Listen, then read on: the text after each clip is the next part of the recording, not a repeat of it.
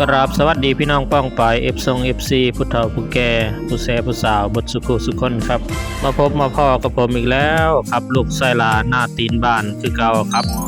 วันนี้ผมสิพาทุกคนมาเบิ่งบรรยากาศหาดบางแสนวันอาทิตย์กันครับซึ่งบรรยากาศที่ผมไปถ่ายคลิปนี่ก็คือวันอาทิตย์ที่18 มกราคม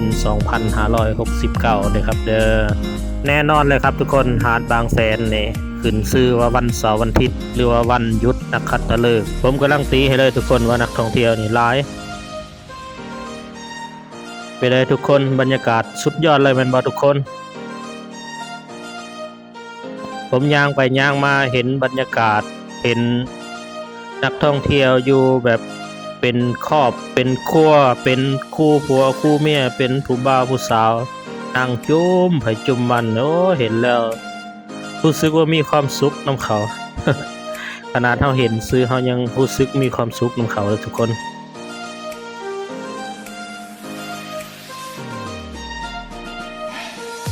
เป็นยังไงทุกคนบรรยากาศดีบ่ผมว่ามื้อนี้นี่อากาศดีแสงสีก็สวยงามขนาดทุกคนเวลาเรามาถ่ายวิดีโอหรือว่าถ่ายรูปเนี่ยได้บรรยากาศสุดยอดเลยครับทุกคน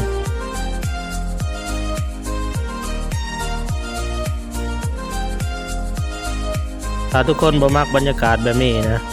หรือว่าแบบทุกคนมักบรรยากาศแบบชายหาดโล่งๆนี่นะให้มาวันอังคารเด้อทุกคนเด้อเพราะว่าวันอังคารเนี่ยเทศบาลเพิ่นสิทำความสะอาดชายหาดเพิ่นสิบ่อนุญาตให้มีการกางโต๊ะกางเต้นการขายของอย่างต่างๆในชายหาดนะมันสิเป็นโล่งๆเลยอันนั้นก็ได้บรรยากาศอีกแบบนึงทุกคนเดี๋ยวมีเวลาสิมาถ่ายให้เบิ่งอันบรรยากาศหาดบางแสนวันอังคารกดติดตามผมไว้ทุกคนกดติดตามผมไว้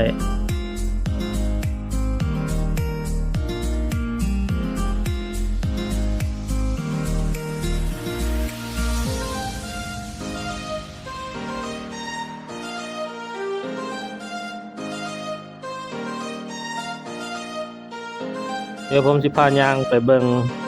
บ่อนจอดรถนี่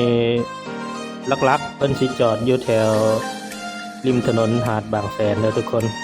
นอกจากริมถนนหาดบางแสนก็มันสิมีอาคารจอดรถ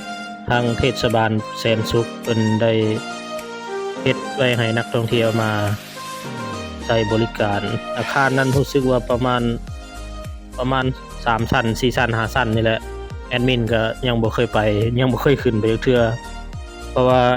แอดมินบ่มีรถใหญ่ อันนี้ก็โซนหาดบางแสนทางวงเวียนนะทุกคนเนี่ยทางวงเวียนบางแสนปกติโซนนี้นี่คนสิหลายกว่าโซนอื่นแต่ว่าตอนที่แอดมินมาถ่ายคลิปนี่นะคือวันอาทิตย์แล้วเขาสิจัดบูธกาแฟอยู่ทางโซนพุ่นโซนไปทางแหลมแท่นนะทุกคนเพราะฉะนั้นนักท่องเที่ยวก็เลยลูมไปทางโซนนั้น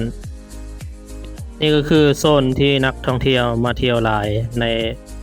ในมือวันอาทิตย์ที่ผม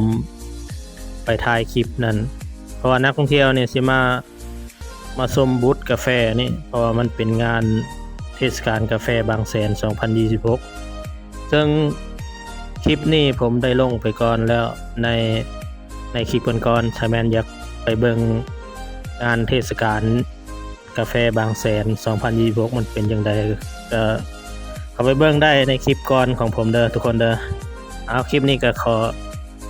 กราบลาทุกคนไปแล้วเดี๋ยวคลิปหน้าเจอกันใหม่ฝากกดไลค์กดติดตามกดแชร์ผมเด้อครับขอบคุณครับ